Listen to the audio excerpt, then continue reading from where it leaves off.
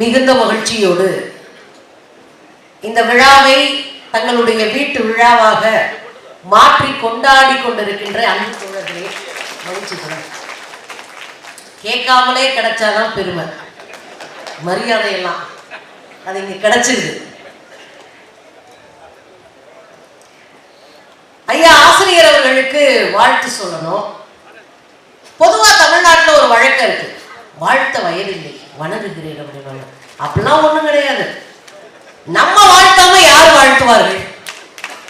அடுத்த தலைமுறை வாழ்த்தும்படியான ஒரு தெளிவான செறிவான கூர்மையான வாழ்க்கையை வாழ்ந்து கொண்டிருக்கிற வழிகாட்டியாக இருக்கிற ஐயா ஆசிரியர் அவர்கள் தமிழ் வாழும் தோறும் உங்களுடைய வாழ்க்கை நீடூழி வாழ வேண்டும் என்று எங்கள் அன்பான வாழ்த்துக்களை தெரிவி. தமிழ் போல வாழணும். நான் வாழ்த்துறது ரெடியா தான் இருக்கேன். நம்ம வாழ்த்தாம அதுல எனக்கு என்ன அப்படின்னா, வந்த உடனே நம்ம வெடிகுண்டு வாப்பா அப்படின்னாரு. உண்மைதாங்க. வெடிகுண்டு எப்ப வெடிக்கும்? உள்ள கருப்பொருளை வச்சா வெடிக்கும். அந்த கருப்பொருளாக பெரியாரை, அம்பேத்கரை, மார்க்ஸை வைத்து எங்களை செறிவூட்டி அனுப்பி வழிகாட்டி இருக்கிற தலைவர்கள் எங்களை வெடிகுண்டாகத்தான் அனுப்பி இருக்கிறார். இங்க ஒரு வெடிகுண்டு இருக்கு, பட்டாசு. அது என்னமோ காவி பயில பார்த்தாலே பயப்படாது. என் தங்கச்சி மதிவதன், அதுல எங்க அண்ணன் அர்ஜுன் சொம்ப ஆடி போயிட்டாரு. ஆடி சின்ன பிள்ளைகளை விட்டே நம்மளை காலி பண்றாங்கப்பா. இங்க அவங்க எல்லாம் அடிக்கிறதுக்கு பெரிய ஆள்லாம் வரணும் இல்லை. நம்ம வீட்டு கதை குட்டி பிள்ளை அதை பார்த்தோன்னே கதறி மாநாடு நடத்துறாங்க, போராட்டம் நடத்துறாங்க, ஜெயிலுக்கு போறாங்கன்னா பெரியாரிய இயக்கம் மிக தெளிவாக அடி எடுத்து வைத்திருக்கிறது. தமிழ்நாட்டில் எதிரிகளை கதற வைக்கிறது. எனக்கு ரொம்ப ரொம்ப வைத்தறிச்சலா இருக்கிற ஒரு விஷயம் சொல்றேன். வைத்தறிச்சலா? ஆமாங்க. போராடமெல்லாம் நான் கருப்பு சட்டை எப்படிங்க இருக்கீங்க? எங்க போனாலும் நீங்க கொஞ்ச நாளைக்கு முன்னாடி நானே அபுதாபி போனேன், குவைத் போயிருந்தேன். குவைத்துல பெரியார் நூலகம் வச்சு ஒரு தோழர் உட்கார்ந்து என்ன தோழர் பண்றேன், பெரியார் நூலகம் நடக்கிறவங்களோட நம்ம வீட்டுல தான் மத்தியான சாப்பாடு வந்திருக்கேன்னு மீன் குழம்பு வேற வச்சு போடுறாரு. எங்க போனாலும் ரெண்டு தோழர்கள் பெரியாரை உயர்த்தி பிடித்து இருக்கிறாங்க. தாராவி போறேன், அங்க ஒரு கூட்டத்தையே நடக்கிறாங்க பெரியாரிஸ்ட். எனக்கு ஆச்சரியம் என்ன தெரியுமா? உலகம் முழுவதும் பகுத்தறிவு பிரச்சாரத்தை நான் வாழ்கிற இடந்தோறும் கொண்டு போய் சேர்ப்பேன். எனக்கு பெரிய ஆச்சரியமான விஷயம் தான். நானு ஐயாவா இந்த நாள் நினைச்சுக்கிட்டேன்னு சொன்னேன். அவரு என்னம்மா நினைச்சேன்னு கேட்டாரு. ஆசிரியர் ஐயாவும் இந்த நாள் நினைச்சுக்கிட்டேன். எப்படி அப்படின்னா, எனக்கு கொஞ்சம் உடம்பு முடியாம போச்சு, லாப்ரோஸ்கோப் டெஸ்ட் எடுக்கணும்பா அப்படின்னு சொல்லிட்டாங்க. ஏன்னா குடல்ல புண்ணு இருக்கும் அப்படின்னு. எல்லாரும் பயப்படுறாங்க, வேற ஏதாவது இருக்குமோ அப்படின்னு பயப்படுறாங்க. நான் அக்காந்து நல்லா ஜம்முன்னு குளிச்சு நான் மாட்டு கிளம்பி போயிட்டேன். நான் சிங்கிளாவே போய் அந்த டெஸ்ட் எல்லாம் எடுத்தேன். அப்ப அந்த அம்மா பக்கத்துல நர்ஸமா கேட்டேன், ஏங்க கூடத்துல குடும்பத்துல யாரையும் கூட்டிட்டு வரோம், நீங்க பாட்டு சிங்கிளா வந்து நீங்க பாட்டு சிங்கிளா போறீங்களே நாங்க. அப்ப நான் சொல்லிட்டு வந்தேன், சிங்கிளா போய் சிங்கிளா எதிர்கொள்வதற்கு எங்களுக்கு தைரியம் கொடுத்தது அறிவியல், அந்த அறிவியலை சொல்லிக் கொடுத்தது எங்கள் ஆசிரியர் அப்படின்னு சொன்னேன். என்னங்க போன இதே மேடையில நான் பேசுறேன் போனாண்டு. அப்ப ஐயா ஆசிரியர் சொன்னாரு, எனக்கெல்லாம் என்னப்பா உடம்புல எங்கேயாவது ஓட்டையா இருந்துச்சுன்னா சயின்ஸ் இருக்கு, போய் ஒட்டிட்டு வந்துருங்க, இன்னும் 10-15 வருஷத்துக்கு நான் போவேன்ப்பா அப்படின்னு சொன்னார். அந்த தைரியம் தான் எனக்கு அப்ப இருந்தது. ஒரு பதட்டத்தை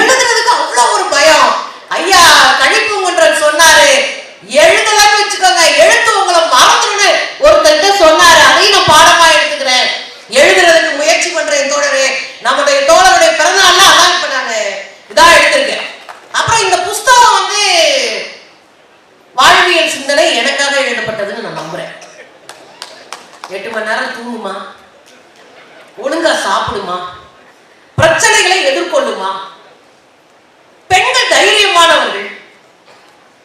ஐயா பெரியார் வந்து ஞானி. பல தலைப்புகள்ல பேசியிருக்கிற எனக்கு ஆச்சரியம். இத்தனை எளிமையாக எழுதினாத்தான் மக்கள் கிட்ட இருப்ப எளிமையா சேரும். வாசிக்கிறவர்கள் அவ்வளவு அழகா எளிமையா வாசி புரிஞ்சுக்கிற மாதிரியான ஒரு புத்தகம். அதுல எனக்கு ரொம்ப நெருக்கமா நான் ஃபீல் பண்ண விஷயம் என்ன அப்படின்னா, முதல் கட்டுரையே. அதுல முதல் கட்டுரையே ஒரு கூட்டத்துக்கு போறாரு ஐயா போனாண்டு. போன இடத்துல ஒரு புத்தகத்தை கொடுக்குறாங்க. அந்த புத்தகத்தை வாங்கி சாயந்தரமே படிச்சுறாரு. அவர் அப்படிதான் நம்ம எல்லாம் மிரட்டுவார். ஒண்ணு புஸ்தகம் வர்ற அன்னைக்கு முதல் நாளே வாங்கி படிச்சிருவார், ஃபர்ஸ்ட் காப்பியே வாங்கி படிச்சிடாரு. இல்லைன்னா கொடுத்த அடுத்த நிமிஷம் படிச்சுட்டு அதுக்கு ரெவ்யூ எழுதுறாரு. அதுல இருக்க குற்றம் நிறை குறைகளை சொல்றாரு. இதெல்லாம் நம்ம கத்துக்க வேண்டிய ஒரு பெரிய விஷயமா நான் பாக்குறேன். அதுதான் இங்க புத்தகம் கொடுக்குறாங்க, வாங்கிட்டு வர்றாரு. வாங்கிட்டு வந்து அந்த புத்தகத்தை படிக்கிறாரு. படிச்சுட்டு அதை குறித்து எழுதுறாரு. அவ்வளவு மனசுடைஞ்சு எழுதுறாரு. அந்த புத்தகத்தை ஊருக்கு ஒரு குடி ஜூலியஸ் ஒரு பொண்ணு எழுதியிருக்காரு. ஊருக்குள்ள ஒரு குடி இருக்கும். நமக்கு அந்த பழக்கம் நம்ம பார்த்திருக்கோம். முடி திருத்துறவங்களோ துணி சலவை செய்து கொடுக்கிற தொழிலாளர் குடும்பமும் ஊருக்குள்ள ஒண்ணு இருக்கும். அது அந்த வீட்டுல பிறந்த ஒரு பெண் குழந்தை எத்தனை அவமரியாதைகளை சந்தித்து பெரிய போராட்டத்துக்கு பின்னாடி ஒரு சுயமரியாதையான வாழ்க்கையை வாழ்ந்திருக்கிறார் என்பதான் இந்த தொகுப்புல அவர் எழுதிய முதல் கட்டுரையா நான் பார்க்கிறேன். எனக்கு மகிழ்ச்சியா இருந்தது. இந்த சாதிய ஒடுக்குமுறையெல்லாம் பார்க்காம யாரும் நம்ம வளர்ந்திருக்க மாட்டோம். ஒரு சோறு வாங்க போகுதுங்க, ஊர் சோறு வாங்க அந்த பொண்ணு கதறிட்டாரு. அப்படியே கண்ணீரோட எழுதுறாரு. அதுதான் மனுஷங்கன்றது. உணவு உண்ணும் இனவருத்தி செய்யும், அது விலங்குகளுக்கான வேலை. மனிதனை கண்டு துயருவதும் அவன் துக்கத்திற்கு வழிகாட்டுவதும் அதை வாழ்வியல் சிந்தனையாக மக்களுக்கு கொண்டு சேர்ப்பதும் தான் தலைவர்கள் செய்கிற வேலை. அதைத்தான் நம்முடைய ஐயா செய்திருக்கார். ஆசிரியர் ஊர் சோறு வாங்க போதுங்க, அவனுக்கு தெரியும். சட்டிப்பானை எடுத்துக்கிட்டு வீடு வீடா போய் சோறு வாங்குறது. அந்த பொண்ணு சோறு வாங்க போறா வீட்டுக்கு. ஒரு படி சோறு அதுல போட்டுட்டு வந்திருந்தா நான் போட்டிருப்பேன். அதான் நிலைமை. ஏன்னா இல்லைன்னா என் வீட்டுல சோறு இல்லாம போயிருமா. நமக்கு தான் பார்ப்பனியம் மூளை வரைக்கும் நல்லா திணிச்சு வச்சிருக்கேன். அதுல நம்ம ஆளுங்க சொல்றாங்க சோறு போட முடியாதுமா, வெறுஞ்சட்டி தீட்டு வந்திருக்க, நான் எப்படி சோறு போடுவேன் அப்படின்னு கேட்கிறாங்க. அந்த பொண்ணு பதைக்கிறா. சின்ன பொண்ணு, அம்மா கூட வரல, தனியா போய் நிக்கிறா. மழை பெஞ்சு சேர்வு சகதியுமா இருக்கு. அதுல கூணி குறுகி போய் சோத்துக்காக நிக்கும் போது கடைசியா ஒரு வீட்டுல திட்டிக்கிட்டே சோறு போடுறான். பின்னாடி அவன் மாறா, படிக்கிறா, பெரிய ஆளா மாறா, சமூகத்தில் தலை நிமிர்ந்த ஒரு வாழ்க்கையை வாழ்கிறான்னு எழுதியிருக்கிறாங்க. எனக்கு அந்த புத்தகத்தை வாசித்தது ஒரு பெரிய ஆச்சரியம். யார் கொடுத்தாலும் எல்லா புத்தகத்தையும் வாங்கி நான் வாசிச்சதே கிடையாது. நான் ரெஸ்ட்ரிக்ட் பண்ணுவேன். எனக்கு டைம் இல்லைன்னு நம்புவேன். நான் இதை மட்டும் தான் படிப்பேன்னு நினைப்பேன். ஆனா அதெல்லாம் தூக்கி வச்சுட்டு என் கையில ஒரு பிரதி கொடுத்தால் அது இன்னொரு மனிதனுடைய வாழ்க்கையினுடைய சம்பவமா இருக்கும். அதை நான் படித்து மக்களுக்கு சொல்லுவேன் நினைக்கிறேன். ஒரு பெரிய மனசு என்பதும் வாசிப்பிலே ஆழமான அறிவு என்பதும் அவருக்கு இந்த கட்டுரையில பார்த்தேன். அதுல எனக்கு ஒண்ணு தோணுச்சு. சுகீர்தராணி ஒரு கவிதை எழுதியிருந்தாங்க. இதே விஷயம், இதே நிகழ்வை வைத்து சுகீர்தராணி ஒரு கவிதையில் சொல்லியிருப்பார். என் தந்தை மாட்டுத்தோல் உரித்துக் கொண்டிருந்தார். எங்க அப்பா மாடை உரிச்சிட்டு இருந்தாரு. நான் அருக வந்து காவம் விரட்டி கொண்டிருந்தேன். ஊர்ச்சோரை திண்டு விட்டு சுடுசோறு என்று பீத்திக் கொண்டேன். இதுதான் வரி. ஊர்ச்சோறுனா வீடு வீடுக்கா போய் நான் சட்டையில சோறு வாங்குவேன். அந்த ஊர்ச்சோத்தை தின்னுட்டு சுடுசோறு என்று பீத்திக் கொண்டேன். பறை மாட்டு எதிரே வரும் தந்தைக்கு முகம் மறைந்து ஒழிந்து இருக்கிறேன். இன்னாரு பிள்ளைன்னு கண்டுபிடிச்சு கேள்வி பண்ணுவான். எங்க அப்பா பறை அடிக்கிறவரா இருக்காரு, நான் முகம் மறைந்து ஒழிந்து இருக்கிறேன். ஆசிரியரிடம் அப்பாவின் ஆண்டு வருமானம் சொல்ல தெரியாமல் அடிவாங்கி இருக்கிறேன். பறை அடிக்கிறவனுக்கு மாடு இருக்கிறவனுக்கு ஆண்டு வருமானம் இல்லையா? நான் மறந்து இருக்கேன். நான் எங்க ஆசிரியர்கிட்ட அடிவாங்கி இருக்கிறேன். தோழிகள் யாரும் மற்ற கடைசி இருக்கையில் அமர்ந்து அழுது கொண்டிருக்கிறேன். தோழிகள் யாரும் மற்ற கடைசி இருக்கையில் அமர்ந்து அழுது கொண்டிருக்கிறேன். இப்போது யாராவது கேட்டால் நீ யார் என்று, இப்போது யாராவது நீ யார் என்று கேட்டால் பளிச்சென்று சொல்லுவேன் பறைச்சி என்று அந்த கவிதை முடிகிறது. சாதி இழிவுனால ஒடுக்கப்பட்டு புறந்தள்ளப்படுகிற போது பெண் அவளுக்கு கிடைக்கிற கல்வி அது அவளை உயர்த்தி பிடித்து சமூக நீதியோடு தலை நிமிர்ந்து வாழ வைக்கிறது. இது வாழ்க்கை. இதான் அவர் எழுதியிருக்கிற முதல் கட்டுரை. எனக்கு இன்னொரு ரொம்ப பிடிச்சிருந்தது. ஐயா பெரியார் உண்மையை பேச சொல்லக்கூடிய இடம். உண்மையை பேசுறது அப்படின்னாலே ரொம்ப பேருக்கு பயமா இருக்கும். உண்மையை பேசுவது கஷ்டமான வாழ்க்கை. அவர் ரொம்ப சிம்பிளா சொல்றாரு, யாரோ சந்தோஷப்படுத்துறதுக்கு நீ பொய் சொல்லிட்டு இருக்க, யாரோ சந்தோஷப்படுத்த பொய் சொல்ற நீ உன் வாழ்க்கையை திருப்திப்படுத்த உண்மையை சொல்லு அப்படின்ற. அதுலயும் ஒரு கன்செஷன் கொடுக்கிறாரு. எனக்கு ஆசிரியர்கிட்ட பிடிச்சதே அதான், உண்மையை சொல்லுன்னா எப்போதும் உண்மையை சொல்லுன்னு அர்த்தம். ஆனா அவர் என்ன சொல்றாரு, கூடுமானவரை உண்மையை சொல்லு. நம்மளும் பெரிய தியாகியோ பெரிய ஞானியோ அப்படிலாம் இல்லை. நம்ம நிறைய இடத்துல போட்டு போய் சொல்லிட்டு வந்துடுவோம். அவர் சொல்றாரு, கூடுமான வரைக்கும் உண்மையை சொல்லுங்க. எனக்கு பெரியாரிடமும் ஐயாவிடம் பிடித்ததே அதான். நீ இப்படித்தான் இருக்கணும்னு சொல்ல மாட்டாங்க, முயற்சி பண்ணி தந்தோம், அது கீப்ப பண்ண முடியும் அப்படின்னு சொல்றாங்க பாருங்க. அதுதான் ஒரு தந்தைக்கான அழகு.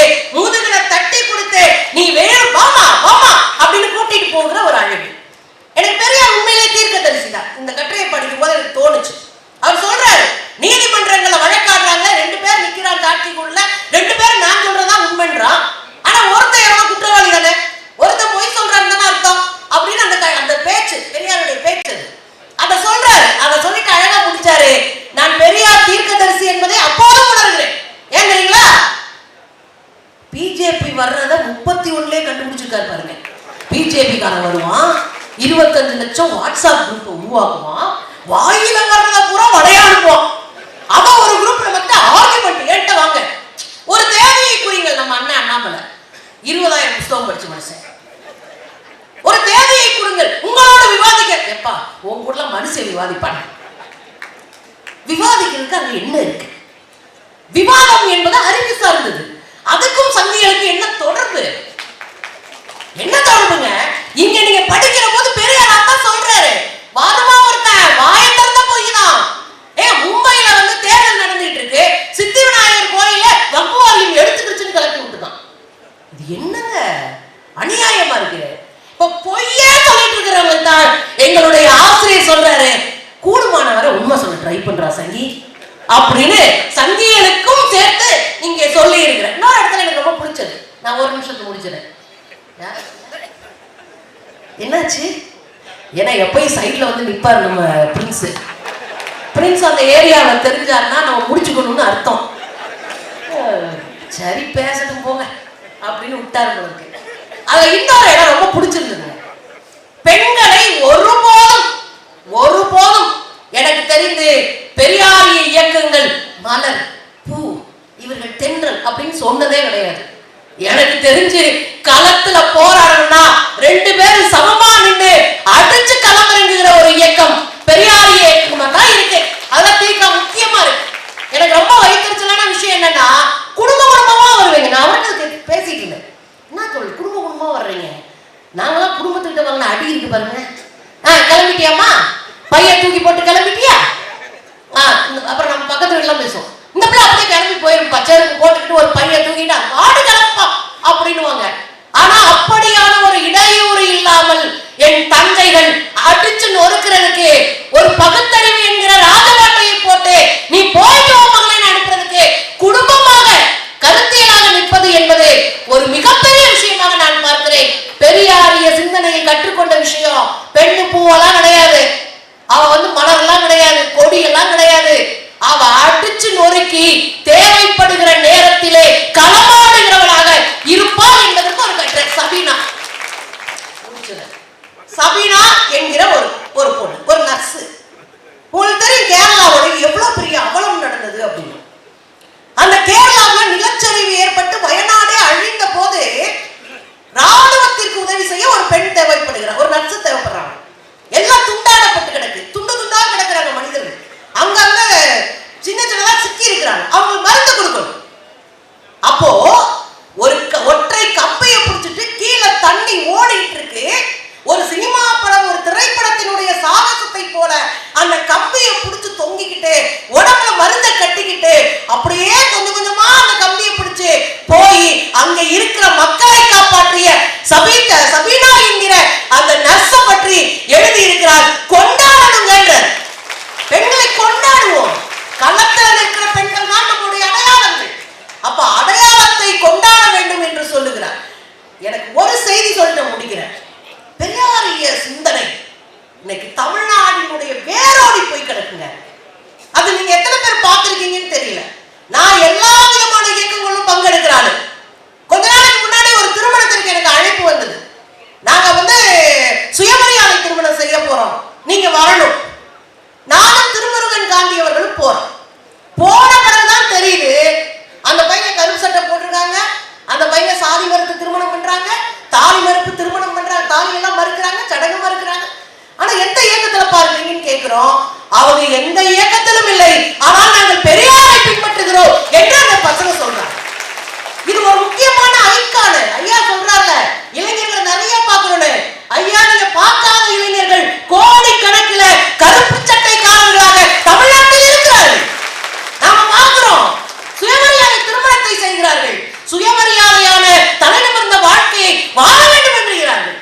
ஆக பெரியார் எதற்காக ஒரு பேர் இயக்கத்தை ஒப்படைத்து விட்டு போனாரோ அந்த பேர் இயக்கத்தை ஆலமரமாக்கி விழுதுகளை உண்டாக்கி அதை பெரிய ஒரு காடாக மாற்றி இந்த காடு பகுத்தறிவாளர்கள் தங்குகிற பெரும் காடாக இருக்கும் என்று இந்த இயக்கத்தை மாற்றி இருக்கிறார் நம்முடைய ஐயா ஆசிரியர் அவர்கள். அவருடைய பிறந்த நாளைக்கு வாழ்த்து சொல்லி இது போன்ற சிந்தனைகள் நிறைய பேச வேண்டியிருக்கு. அவ்வளவு பேசியிருக்கிறாரு. இந்த சிந்தனைகள் நம் வாழ்வை எளிமையாக்குகிறது. ரொம்ப சிம்பிளா 8 மணி நேரம் தூங்குங்க அப்படின்னு சொல்லி கொடுக்கிறாரு. சாப்பிடுங்க, மூளை இருக்குல்ல